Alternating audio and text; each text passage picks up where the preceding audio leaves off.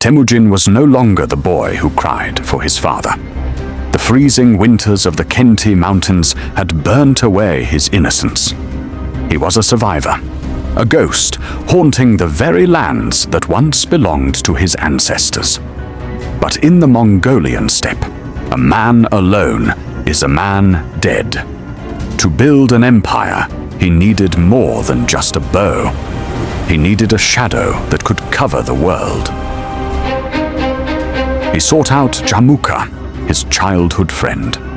Together, they performed the ancient ritual of the Anda, the blood brotherhood.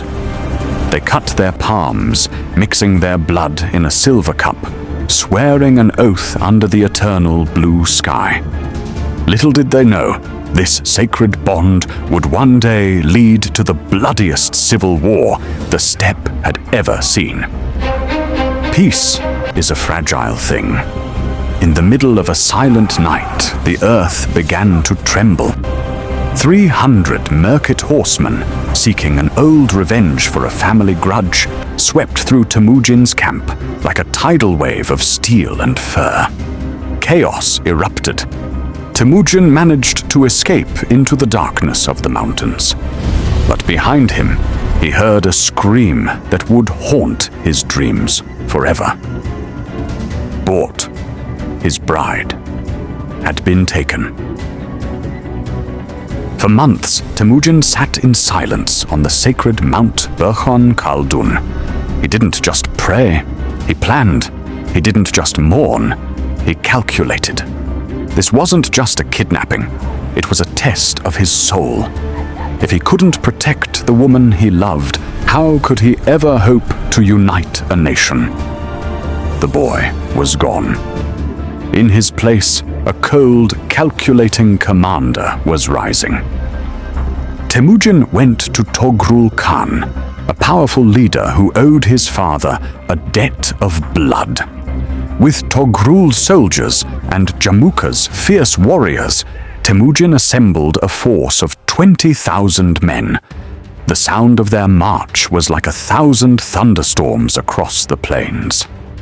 When they reached the Merkit camp at dawn, Temujin didn't give a long speech. He gave a single, chilling order. Leave no one standing. The battle was not a fight. It was a massacre. The Merkits, who thought they had broken a weak boy, realized too late they had awakened a demon.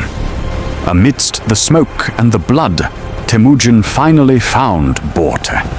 But the woman he rescued was different, and the man who saved her was no longer the Temujin she knew. He had tasted power, and he liked it.